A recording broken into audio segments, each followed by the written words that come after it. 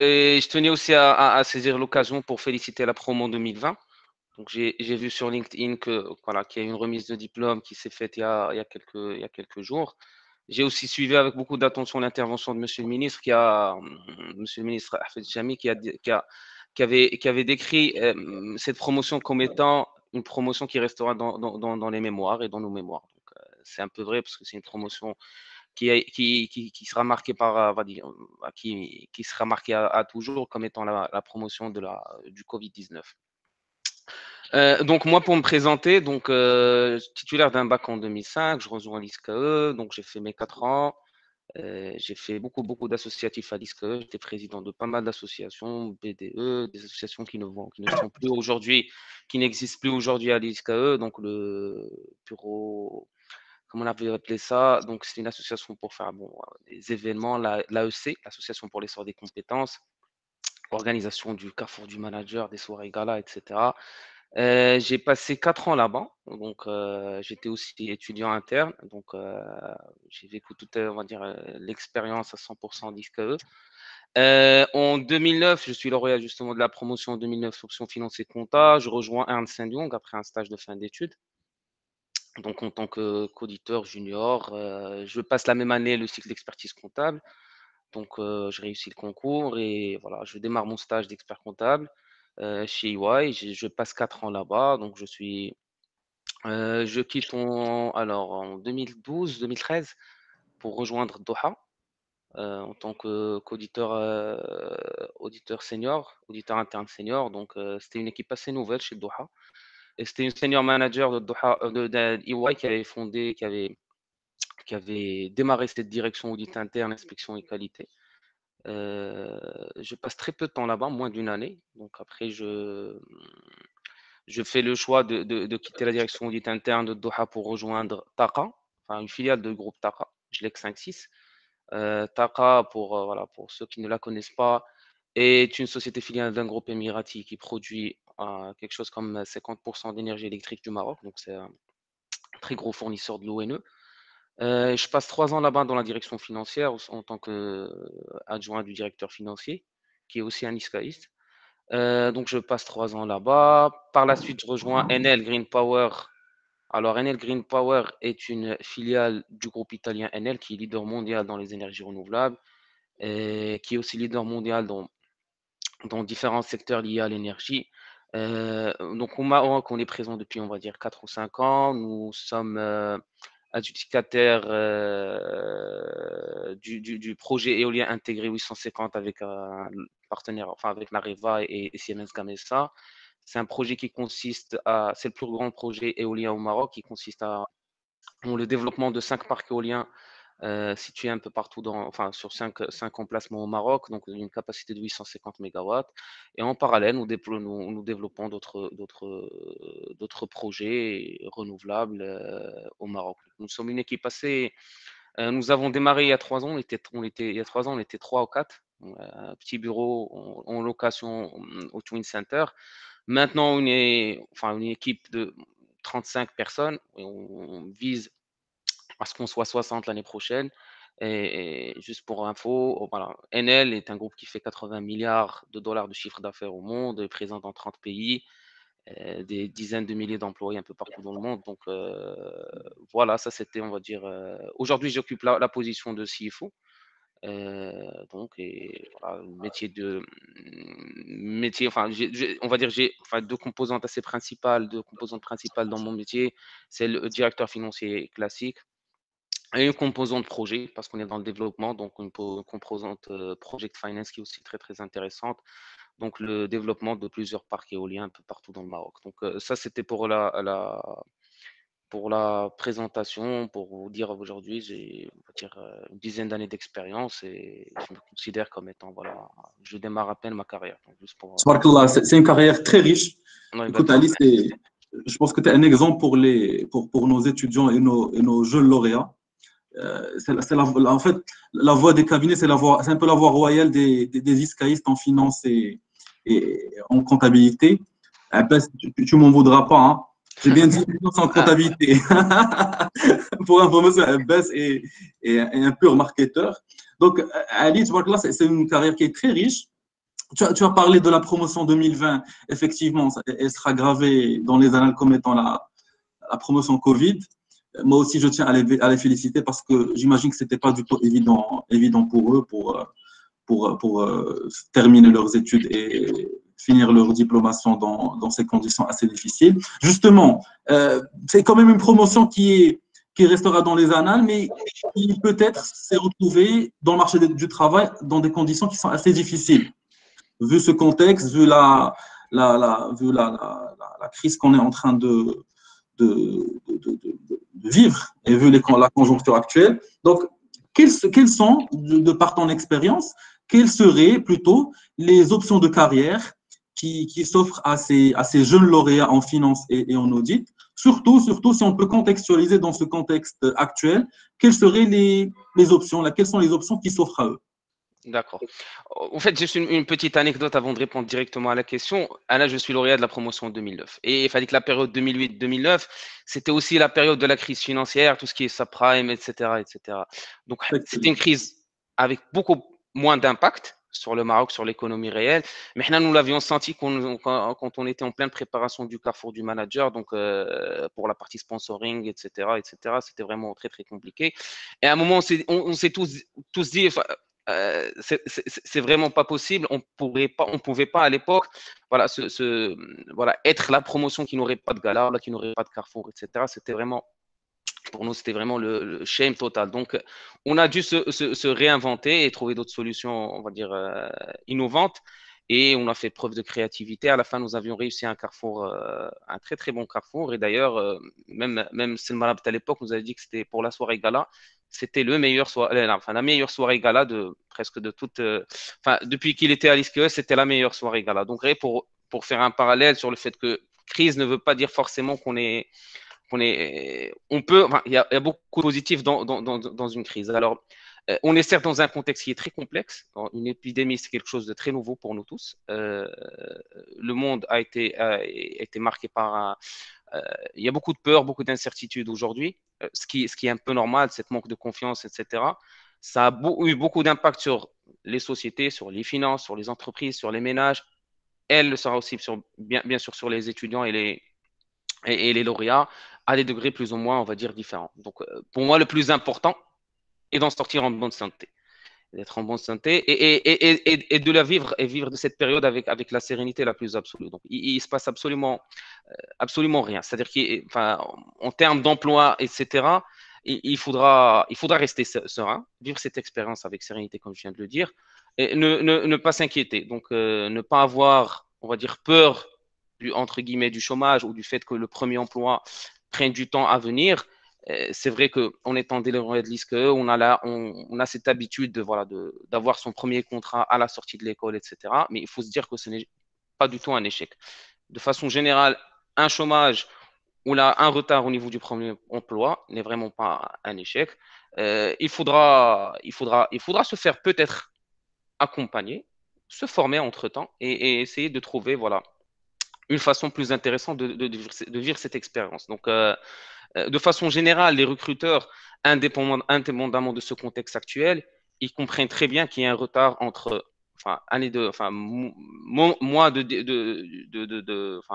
diplomation et le premier emploi. Donc ce qu'on pourra faire et ce qu'on pourra discuter aujourd'hui, c'est que qu'est-ce qu'on pourrait faire aujourd'hui pour être, on va dire, pour tirer profit de cette période. Moi, ce que je recommanderais, déjà dans un premier temps, donc avant de passer tout ce qui est soft skills et hard skills, c'est de voilà, juste partager quelques conseils et quelques, je pense, ça c'est un point de vue très personnel, des erreurs que font pas mal de jeunes lauréats et d'étudiants, c'est il faudra soigner son image sur les réseaux sociaux.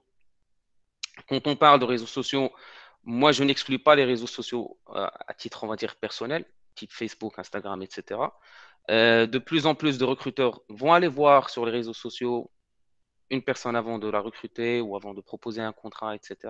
Donc, il faudra bien faire attention à son profil LinkedIn, son profil Facebook, qu'est-ce qu'on partage pas, son profil sur Instagram et sur tous les autres réseaux sociaux. Donc, c'est vrai que c'est un peu, on va dire, c'est notre vie privée, etc.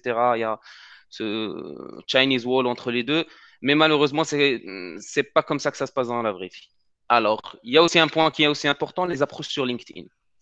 Les approches sur LinkedIn, les messages que les gens, voilà, on voit pour lancer une discussion professionnelle avec un recruteur ou avec un chasseur de tête, etc.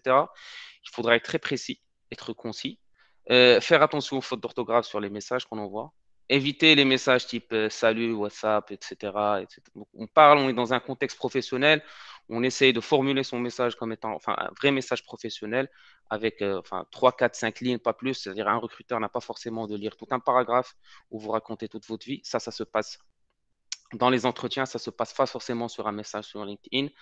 Être créatif sur sa demande d'emploi, rebondir des fois peut-être sur des posts qu'un recruteur, que de recruteurs publient sur LinkedIn, etc. Essayer de mettre en place et de créer une relation professionnelle bien avant qu'il y ait une offre d'emploi qui va se créer. Enfin, c'est comme sur Facebook, mais sur une vie professionnelle. On est dans du virtuel, mais essayer de trouver un moyen de, voilà, de faire une relation professionnelle avec un recruteur ou un chasseur de tête. Il y a des séances de correction de CV qui se font, qui sont très intéressantes parce que des fois, on reçoit des CV. C'est pas forcément la faute du lauréat. Moi, je sais que, enfin, moi, quand j'étais étudiant, nous avions eu ces séances de correction de CV. Et c'était vraiment très, très intéressant pour nous parce que voilà, tous les CV ne se ressemblent pas, mais il y a des CV qui sont beaucoup plus parlants que d'autres. Donc, ces séances de correction de CV sont très, très intéressantes. Et il faudra aussi penser à recruter, à contacter pardon, des chasseurs de tête qui sont spécialisés dans ce qu'on veut faire. Et ce qui est aussi très, très important pour moi, ça c'est très personnel, c'est se concentrer sur soi. Ne pas entrer dans des benchmarks inutiles, des comparaisons avec telle personne a eu déjà son premier job alors que j'étais meilleur en finance ou là j'étais meilleur en marketing, etc. Ça ne marche pas parce que tout dépend des contextes, tout dépend de la situation. Donc, il y a vraiment, on ne gagne vraiment rien à se comparer avec les autres. Et donc, ça, pour faire juste une petite introduction sur la partie qui est aussi très intéressante, qui est celle des soft skills. Euh, et ça, je pense que tous les lauréats sont conscients aujourd'hui de l'importance des langues. Bah, si vous êtes bon en anglais, il faudra être très bon. Si vous êtes déjà très bon, il faudra passer à l'espagnol, passer à l'italien, passer à l'allemand, et peut-être passer aussi des examens, c'est-à-dire avoir des certifications de langue, type TOEIC, IELTS, etc. Donc, il faudra pas résigner sur ça, indépendamment du fait que vous soyez en finance, que vous soyez en marketing, etc. Ça, c'est vraiment très, très général pour l'ensemble des filières. Les trainings aujourd'hui online, il y a énormément de certifications de training gratuits en ligne, chose qui n'existait pas avant. Donc, que ce soit payant ou gratuit, il y a beaucoup de plateformes qui sont gratuites aujourd'hui, avec énormément de formations sur l'intelligence émotionnelle, le travail en équipe, le leadership, la communication, la prise de parole en public, la négociation, etc. Pas mal de choses qui vous serviront et qui feront en sorte que vous allez passer, voilà, au lieu de passer, on va dire, 6 mois à se lamenter, excusez-moi pour le terme, à se lamenter, à attendre cette première opportunité, autant passer 6 mois à se former dans des choses qui seront intéressantes pour soi et qui in fine, seront bénéfiques sur un point de vue personnel et professionnel. Exactement, ouais. Donc, en fait, premier levier, c'est la formation. C'est bien ça. Donc, formation en termes de soft skills. Donc, d'une manière très, très synthétique, en termes de soft skills, surtout pour des profils audit ou finance, quelles seraient tes recommandations? Quels seraient les soft skills les plus, les plus intéressants et comment pouvoir se former? Quelle stratégie pour se former dans ces soft skills? Donc, j'ai bien noté qu'il y a des plateformes gratuites, qu'il y a des webinaires également gratuits. Donc, d'une manière très synthétique, quels seraient les soft skills que tu recommanderais et avec quelle stratégie? Alors, merci, c'est Anas pour la question très pertinente. Donc, en termes de soft skills, ce que je viens de décrire marche, que ce soit enfin, indépendamment des filiales que l'étudiant va choisir. Après, pour tout ce qui est lié à la comptabilité, audit, etc., on a tout ce qui est certification sur Excel, financial modeling, tout ce qui est IFRS, tout ce qui est international taxation, tout ce qui est tableau de bord, tout ce qui est lié au contrôle de gestion. Donc, on a des soft skills et des hard skills. On a des formations en termes de soft skills et hard skills qui sont disponibles dans des plateformes gratuites ou des plateformes qui nécessitent une petite contribution, qui ne sont pas très chères. On va pas aller chercher des certifications à HEC ou à Harvard, sachant que par exemple Harvard a plusieurs aujourd'hui a ouvert pendant le confinement a ouvert plusieurs sessions de formation et de certification en ligne gratuites pour tous. Donc Effectivement. moi je recommanderais pour les gens qui sont enfin pour les gens qui sont orientés audit, finance, fiscalité, on a la partie taxe, international taxation. Ça, c'est très demandé, la fiscalité internationale. La partie modélisation financière et Excel, enfin, maîtrise des macros, etc. Comment on va modeler un projet, ça c'est très important avec le financement de projet. Des certifications classiques type CFA, IFRS, cycle d'expertise comptable, ça peut être une très très bonne option aussi. En plus, ça reste aussi très donné. C'est pas quelque chose de C'est très cher coûteux, aujourd'hui, oui, de très coûteux. effectivement. La partie tableau de bord, pilotage, etc. Si on a les moyens d'aller faire des stages d'apprentissage ou aller faire des études à l'étranger, aujourd'hui, certes, c'est un peu très compliqué, mais il y a toujours une opportunité. Enfin, les études à l'étranger sont toujours ouvertes aujourd'hui, même s'il y a ce contexte. Après, il y a les événements qui sont importants, type le Carrefour du Manager qui s'organisera, aura lieu dans quelques jours. C'est aussi une plateforme très intéressante et une occasion très intéressante pour rencontrer les recruteurs, se faire entre guillemets voir et passer des entretiens. Passer des entretiens est une expérience très intéressante aussi. C'est une formation également en soi. C'est une formation aussi. Donc Donc, je pense, oui, oui, vas-y, Ali, je non, t'écoute. je pense que c'est ça, c'est un peu le tour de la question. Donc, je pense que ça va se situer plus ou moins autour de ça. Et aussi, voilà, profiter aussi peut-être pour penser à une idée d'entrepreneuriat. Ça peut être aussi intéressant. C'est pas forcément lié à l'audit, etc. Mais le fait d'avoir du temps aujourd'hui, de consacrer du temps à un projet peut-être qu'on a en tête quand on était étudiant, c'est aussi une option valable. Exactement. Donc pour résumer un peu, pour synthétiser ce qui a été dit jusqu'à présent, donc post-formation, en finance, on a principalement deux aspects sur lesquels on peut se former. On a aussi bien les soft skills que disons, les hard skills, c'est-à-dire tout ce qui est compétences propres à cette formation. J'ai bien noté que tu as incité sur Excel. Je pense que c'est vrai que les jeunes lauréats pêchent un peu au niveau d'Excel. Ouais. Alors, malheureusement, à l'ISCAE, je ne pense pas qu'on ait des modules spécifiques à Excel ou à VBA, chose que je pense dans les écoles françaises ou les écoles américaines, ils donnent beaucoup d'importance à Excel et VBA. Alors moi, C'est j'ai un bien avantage noté, concurrentiel très important sur un CV, effectivement, effectivement. malheureusement.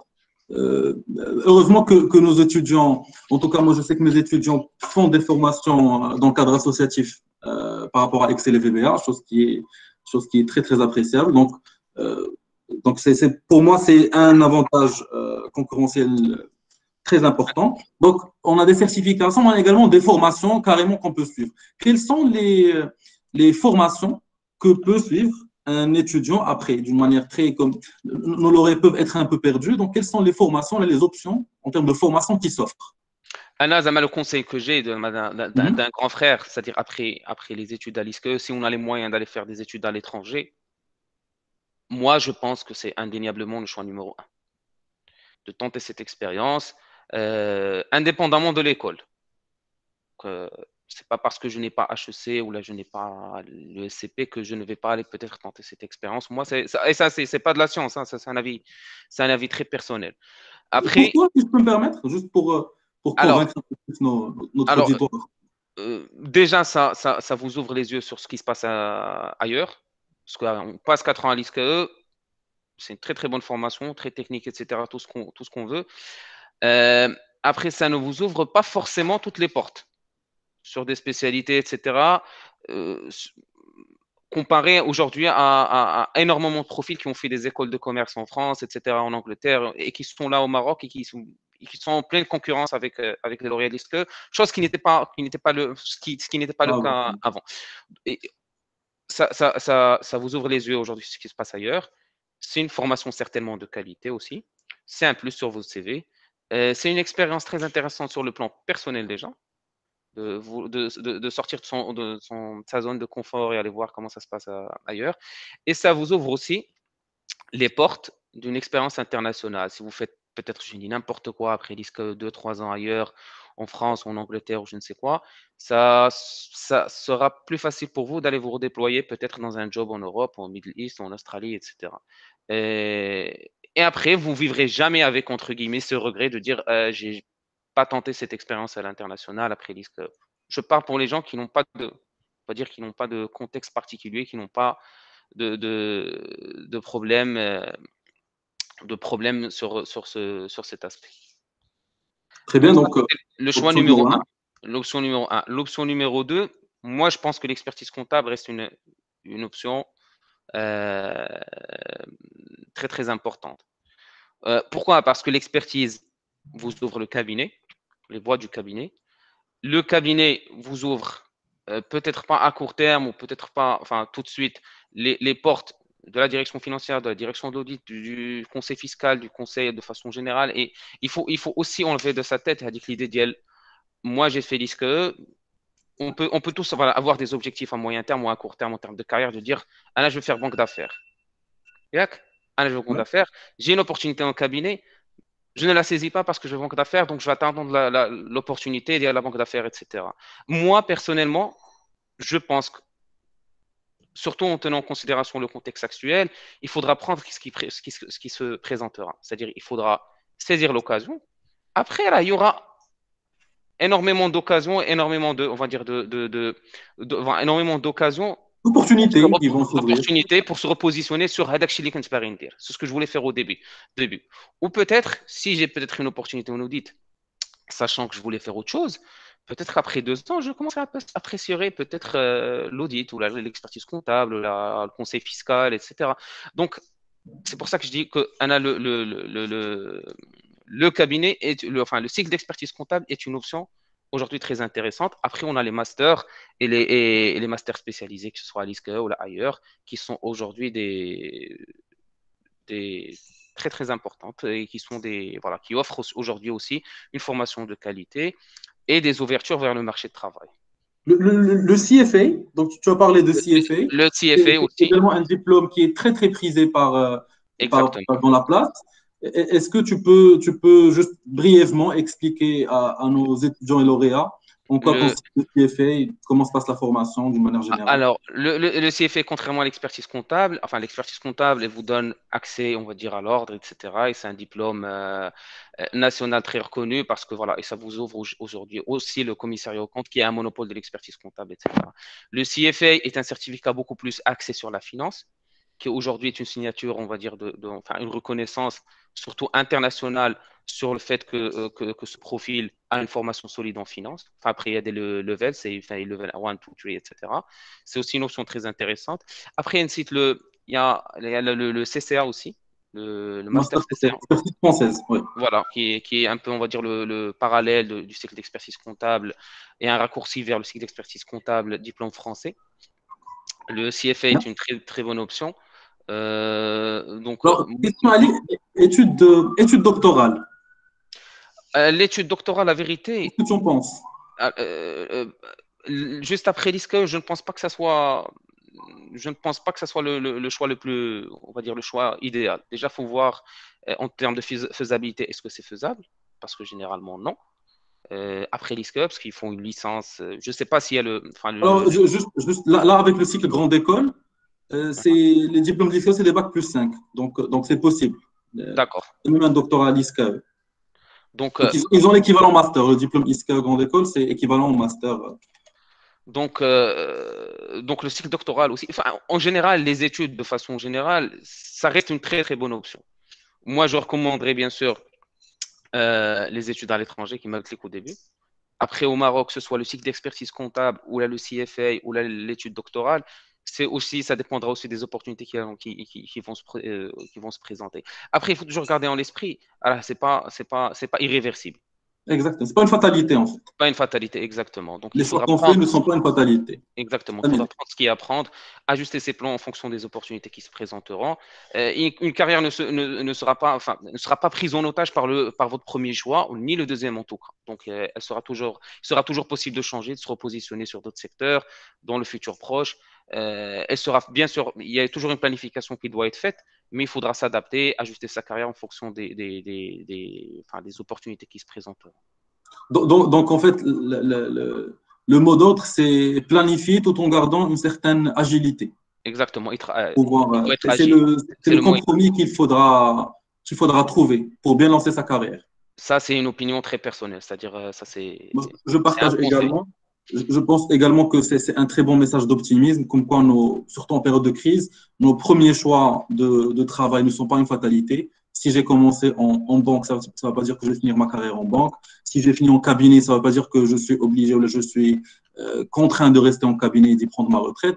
Donc, toutes les options sont ouvertes. Il faut prendre ce qu'il y a à prendre et toutes les options sont ouvertes. On peut même passer de la finance au marketing après ou là ou en ressources humaines. Mais il n'y a pas de fatalité qui m'a dit au début. Il n'y a pas de fatalité.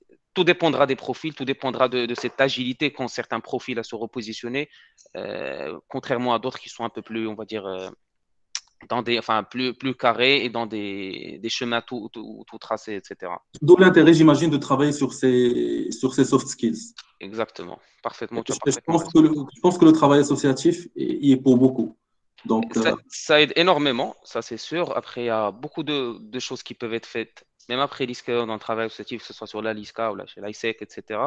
Et qui vont déjà vous permettre d'avoir un réseau beaucoup plus étoffé et de développer voilà, cette intelligence émotionnelle, comment discuter avec les gens, comment négocier, comment être, voilà, savoir trouver un compromis dans un groupe, etc.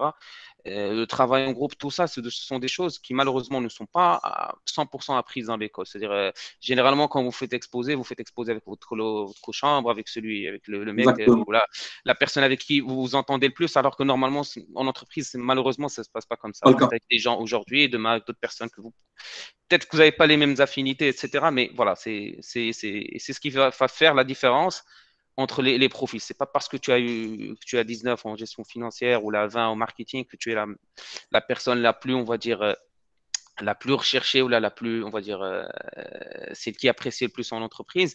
C'est pas forcément, c'est-à-dire, le diplôme est on va dire, est une clé, est une médaille pour essayer autre chose, pour démarrer le monde professionnel mais c'est pas ça vraiment qui va déterminer les carrières après. Exactement. Donc, je vais prendre quand même deux, trois questions. Donc, alors, j'ai une question de Bess. Connaissez-vous des MOOC qui peuvent former aux différents métiers de la finance?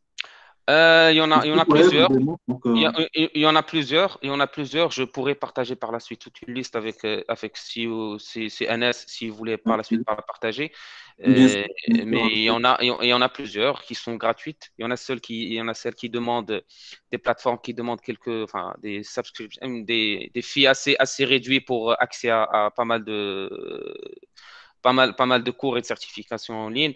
Donc, je pourrais partager la liste, faire une Avec liste de plaisir. 5-6 liens et que je vous enverrai. Recommandé. Eh Parfait. bien, j'ai une deuxième question Mhm. de Oumaima. Alors, c'est la question. Bonsoir, monsieur. J'aimerais savoir quelle est la meilleure carrière pour un ISCAïs spécialisé en finance. La meilleure carrière. D'abord, justement, là, ça rejoint le point. Il y a pas, enfin, la meilleure carrière, là, c'est une définition très subjective. La meilleure carrière بالنسبة لي أنا ماشي هي la meilleure carrière ديال أنس etc. أنا pour moi enfin on va sortir de les sentiers battus il faut être passionné par ce qu'on fait etc parce que à un moment donné هذيك la motivation et la passion كتقادر où il reste tout ce qui est hard work et tout ce que est-ce qu'on on va se réveiller tous les matins aller travailler etc. C'est toujours plus intéressant d'être réveillé tous les matins par quelque chose qu'on aime bien mais il faudra trouver dans chaque opportunité chaque expérience quelque chose qui vous fait réveiller le matin. Donc, la meilleure carrière ou le meilleur poste en finance, pour moi, il n'y a pas une notion exacte.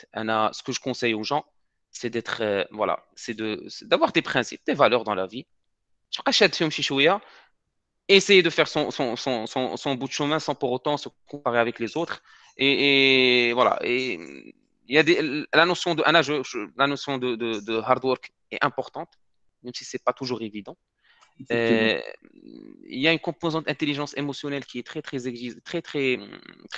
prépondérante, on va dire, chez les gens qui ont réussi. Et elle dit que la réussite est toujours, c'est un concept assez subjectif. C'est-à-dire,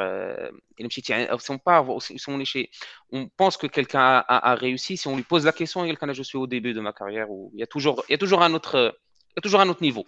Il y a Donc, toujours un autre niveau, exactement. à ce moment, enfin, enfin, étant lauréat, sorti d'école, etc., il faudra construire des choses tout petit à petit. Ne pas, il faut, Expérimenter.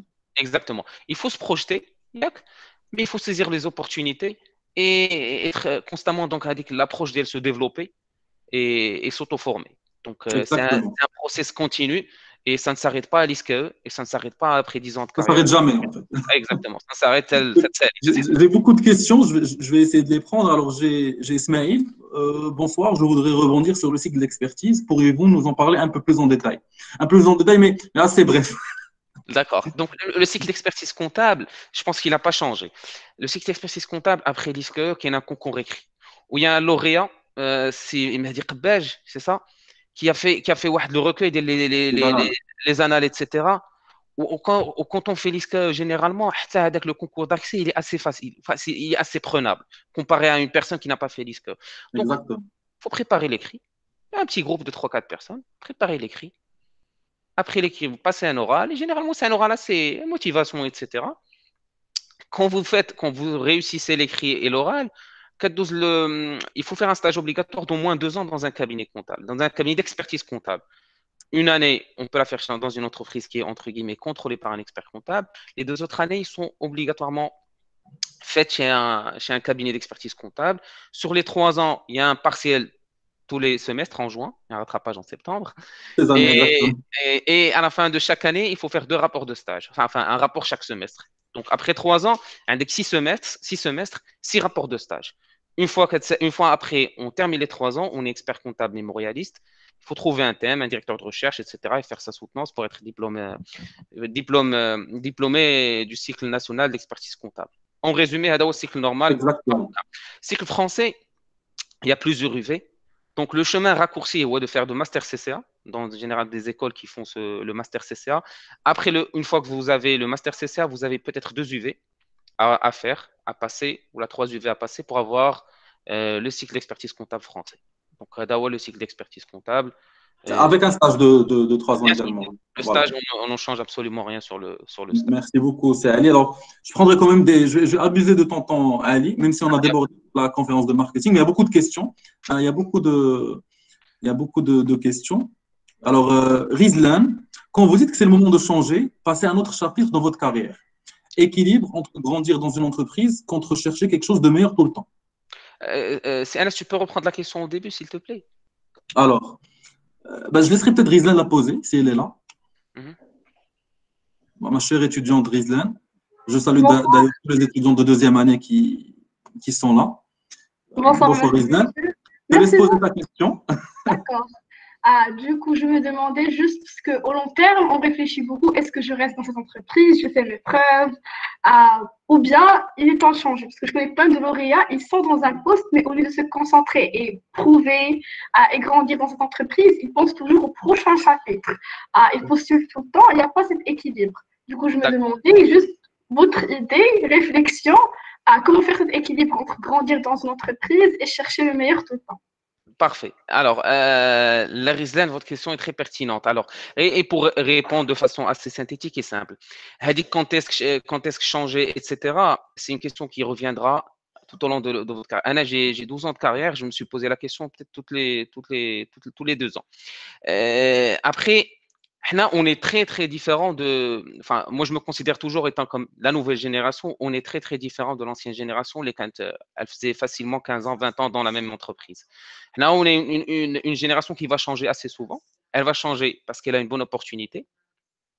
Ou là, elle va changer quand son entreprise actuelle, elles se sont pas motivées, elles se sont pas, enfin, ses efforts ne sont pas reconnus en termes de recognition, rewarding, etc. Donc, elle sent qu'il y a un besoin de changer parce qu'elle n'est pas très, très bien dans ce qu'elle fait aujourd'hui. C'est-à-dire, à un moment donné, indépendamment du salaire, indépendamment des bonus qu'elle reçoit, s'il n'y a pas vraiment un objectif stimulant dans le cadre de l'accomplissement de ses missions, je pense que la personne, elle se démotive automatiquement, elle essaie de chercher. Moi, personnellement, je n'ai aucun problème à voir des gens qui vont changer d'entreprise en entreprise. Après, il faut garder une certaine logique. On ne va pas changer tous les 6 mois, 7 mois, mais il faudra qu'il y ait une consistance sur votre CV, qu'il y ait au moins une expérience importante, par exemple, de 3-4 ans. Parce qu'un recruteur, quand il reçoit un CV, et quand il fait avec la logique sur les expériences, il doit voir qu'il y a une ligne conductrice. On a fait 2 ans là, ou 3 ans là, donc il y a une expérience assez conséquente. On a refait une expérience là. Moi, ça ne me dérange pas d'avoir une personne ou là d'avoir un CV sur une personne qui a fait sur 10 ans 3 entreprises, a fait 3 ans, 3 ans, 3 ans. Parce qu'on sait très bien qu'une personne, après 2-3 ans, elle commence à se lasser. S'il n'y a pas vraiment d'expérience stimulante et de nouveaux défis, etc., toute personne va les chercher ailleurs. Et moi, ce que je recommande, c'est qu'à un moment donné, quand on a l'équilibre entre le work-life balance, on se sent bien, on est bien payé. Les gens reconnaissent qu'on a un impact, une valeur ajoutée dans l'entreprise, qu'on ne fait pas des horaires de fou et qu'on a on dégage du temps pour aller se prendre soin de soi, sortir, voir ses amis, faire du sport, faire tout ce qu'on a envie de faire. Moi, je pense que c'est ça le bon deal à chercher. Enfin, je parle du salariat, je ne parle pas de l'entrepreneuriat, ça c'est un autre délire. Moi, je pense que c'est une autre histoire. Moi, je pense que ça, c'est l'équilibre. Je ne sais pas si ça répond à la question de Larisdan, mais ça, c'est mon avis un peu sur la question. Oui, merci beaucoup. Je vous en prie. Je prendrai encore 2-3 questions, mais en fait, allez essayer de répondre d'une manière très synthétique, parce que nos amis au marketing vont commencer à gueuler. Ouais. Il attend les étudiants. À l'habitude, hein. D'ailleurs, je t'invite également, Ali, je te donnerai le lien pour assister, si tu veux. Avec plaisir. Avec plaisir. Avec toi. Donc, une question de le mien. Bonsoir, est-ce qu'il est toujours possible de changer de carrière après 2 ans, sachant qu'on demande de l'expérience pour certains postes? Alors, 2 ans, là, c'est vraiment rien. Si 2 ans, là, tu es toujours à risque. Donc, sur les premières 2 ans, à moins qu'on est dans un cabinet d'audit, etc., sur 2 ans, là, on apprend, à la première année, on apprend à se réveiller à 8 heures. Donc, là, c'est déjà, il y a beaucoup de choses les 2-3 premières années sont très importantes sur le plan personnel et professionnel. On gagne en rigueur, etc., etc. Après 2 ans, on évite de parler de est-ce qu'on change de carrière, etc. Le raisonnement, qui a 10 ans, 15 ans d'expérience, où il fait un repositionnement de carrière, il passe d'autres choses. 2 ans, c'est comme si vous étiez en mode sortie d'école. C'est-à-dire, on peut passer de l'audit à la finance, à la fiscalité, etc. Il y a toujours un moyen, toujours une opportunité. Il faudra juste avoir l'intelligence et saisir l'occasion quand elle se présente. Et au pire, on pourra toujours refaire une autre formation parallèle. C'est-à-dire, si j'ai fait finance, je me suis dit, peut-être la finance, c'est pas mon truc. Je vais passer aux ressources humaines. Il y a moyen de faire une formation aux ressources humaines, etc., de faire un MBA dans 3-4 ans. Donc, ce n'est pas une fatalité. Il faut rester serein. Et après 2 ans, tout est possible. Donc, voilà, c'est ça ma réponse. 2 ans, c'est beaucoup. Peut facilement changer. Donc, effectivement, je pense que quand on est sur le coup, on est tous passés par là, on a l'impression que 2 ans, voilà, ça fait, c'est la retraite qui nous attend. Mais avec plus de recul, on comprend que 2 ans, c'est rien du tout. Absolument. C'est bien ça. Absolument. J'espère que ça te rassure, la mienne. Donc, question de Khalid, je vais peut-être y répondre à celle-là. Bonjour monsieur, pouvez-vous, s'il vous plaît, parler du titre CFA davantage? Je vais peut-être juste compléter ce que Ali a dit, si Ali, tu me permets. Bien sûr, mais bien sûr. Donc, le CFA, c'est en fait un certificat. Un certificat composé de 3 niveaux. Level 1, Level 2, Level 3. C'est plutôt un certificat orienté finance de marché et corporate finance. Donc, les frais ne sont pas très chers. Je pense que c'est 15 000 dirhams. Il n'y a pas de formation, donc 15 000 dirhams pour s'inscrire au CFA Institute. Et on récupère les documents et puis on passe l'examen. Il y a 2 examens semestriels. Il y a des centres de CFA au Maroc. Donc, ça, c'est bien. On peut passer le CFA du Maroc. Donc, il faut passer 3 certificats. Il y a même des personnes, des lauréats qui ont pu avoir, par exemple, Level 1 et Level 2 en 2 semestres successifs. Donc, tout dépend Donc, la durée, il n'y a pas de durée. Je peux le passer en 10 ans, comme je peux le passer en 2 ans, en 3 ans. Donc, tout dépend de la motivation, du temps, je ne dirais pas de la motivation, surtout du temps, des disponibilités du candidat. Donc, voilà, c'est ça globalement le CFA. C'est un certificat qui est très intéressant parce qu'il est reconnu à l'international. Et je pense que tu auras beaucoup plus d'informations sur le site web par rapport au CFA. Donc, beaucoup de lauréats passent le CFA, qui exercent dans les métiers de la finance. C'est très intéressant comme certification. C'est une bonne option de formation. Alors, la question de Ibrahima, je pense qu'on y a répondu par rapport au cycle d'expertise comptable, français. Alors, concernant le cycle d'expertise comptable, là encore une autre question, je pense qu'on y a répondu par rapport parcours des commissaires aux comptes. Donc, Ali a très bien résumé, c'est un concours, écrit plus oral, 3 ans d'études avec un stage obligatoire. On dit que c'est un stage, mais en effet, on est dans un CDI. Donc, je pense Ali, tu étais également à Ernst Young pendant longtemps. C'est purement CDI, c'est pas un stage dans le sens stage d'été ou la stage d'études. On dit qu'on est expert comptable stagiaire, mais c'est-à-dire on est dans un CDI, avec le salaire d'un CDI, tout ce qui va, et les responsabilités d'un CDI, tout ce qui va avec. Alors, une question de Hala. À votre avis, devrait-on prioriser les stages en cabinet plutôt qu'en entreprise ou bien en établissement étatique? Tout dépend du contexte. Si c'est un stage de fin d'études, moi je dirais cabinet parce qu'on a de fortes chances à être embauché après. Et pour moi, comme disait Tassi Anas, le cabinet est un accélérateur de carrière, qu'on le veuille ou pas. On le sent aussi après quand on recrute une personne à des niveaux d'expérience pareils. La personne qui a fait un passage au cabinet, elle a généralement un plus. Ça, c'est le cabinet en termes de capacité de travail, d'adaptation, d'adaptabilité, d'esprit d'équipe, etc. Moi, j'aurais le conseil, c'est un stage en cabinet, que ce soit un cabinet d'audit ou en conseil. Déjà, ce sont des cabinets qui vont certainement recruter une quinzaine ou une vingtaine de lauréats tous les ans.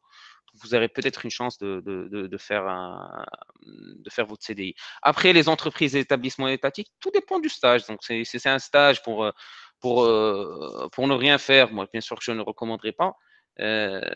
Après, si c'est un super stage avec une super mission dans une autre multinationale, etc., nous, on a accueilli des stagiaires et je peux vous assurer qu'ils bossent comme des malades. Donc, ça dépendra du contexte, mais le cabinet, pour moi, reste une très, très bonne option.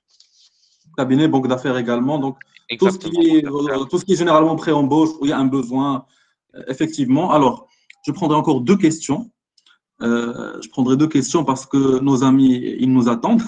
Alors, deuxième question de Ouema. Pour l'expertise, brièvement, Ali, vous conseillez de le faire directement après le diplôme ou c'est préalable d'avoir une expérience professionnelle avant de l'entamer?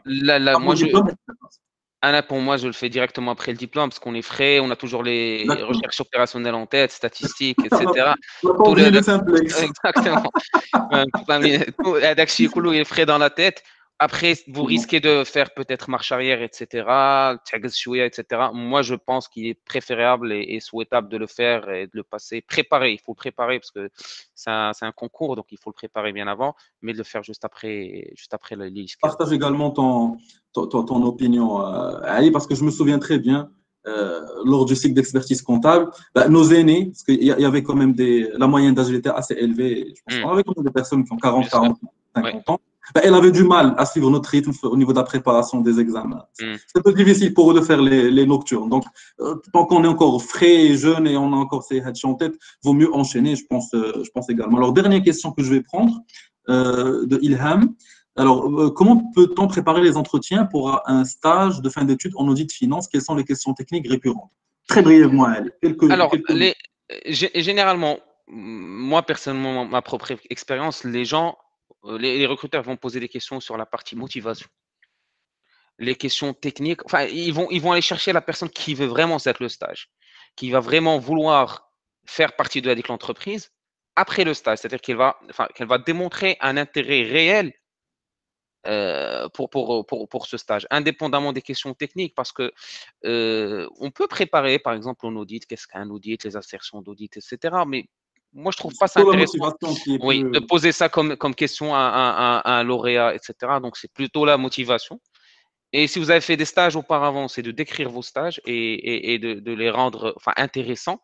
Et les expériences parascolaires, etc., etc., etc. Et faire valoir, on va dire, tout ce qui est caractère, tout ce qui est interpersonnel à la personne, l'esprit d'équipe, le partage, l'ouverture d'esprit. Si vous avez voyagé, exactement. Parlez de vos voyages, si vous avez voyagé. Dans un entretien, il faut se vendre. On ne va pas vous demander, je ne sais pas comment vous faites pour auditer un compte de machin. On peut vous poser ce genre de questions, juste pour tester un peu la logique. Comment vous allez, on ne cherche pas peut-être la réponse, mais comment vous allez analyser avec le problème, comment vous allez répondre, même si vous n'avez pas la réponse, comment vous allez répondre pendant l'entretien au fait que vous n'ayez pas, entre guillemets, une réponse à cette question. Donc, c'est plutôt des soft skills que des hard skills pendant un entretien. En tout cas, moi, c'est ce que je regarde. Donc, parce qu'après, tout ce qui est technique, On le trouve dans les livres, on consulte. On a 15 ans d'expérience, etc. On a toujours des conseillers fiscaux avec nous, des conseillers financiers, etc. Exactement. On fait pas tout seul. Donc, si quelqu'un vous dit, moi, je connais tout, j'ai jamais eu de problème technique. Ben, les livres, ils connaissent tout également, hein. Exactement, c'est soit au Google, c'est Encore soit des mieux. mythos, soit Google. Donc, il faut se préparer. Moi, je pense qu'il faut préparer sa motivation, sa personne, bien vendre sa personne et voilà. Faire en sorte de se différencier par rapport à la personne qui vient de passer l'entretien avant. Merci beaucoup. Merci beaucoup. Allez, écoute, le Marhaba. webinaire était prévu pour 30 minutes. Là, on est à 1 heure. C'est dire à quel point c'était intéressant. Donc, je te remercie, Ali. Très bien. Je remercie les étudiants et également, je note que les étudiants sont contents.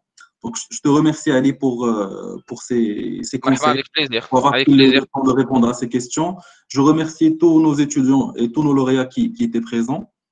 C'était un débat très, très intéressant. C'est toujours un plaisir d'être en communauté ISKE, quelle que soit la Exactement. promotion, c'est toujours, on se comprend entre nous. Donc, Exact. merci beaucoup, Ali. Merci, c'est Anas.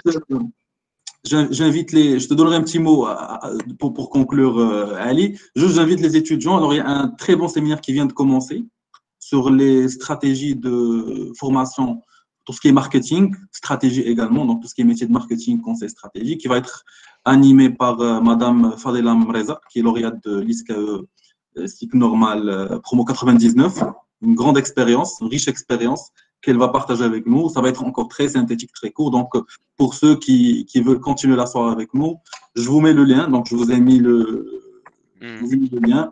Et je pense qu'il y a beaucoup de questions. Il faudrait peut-être qu'on reprogramme une autre session.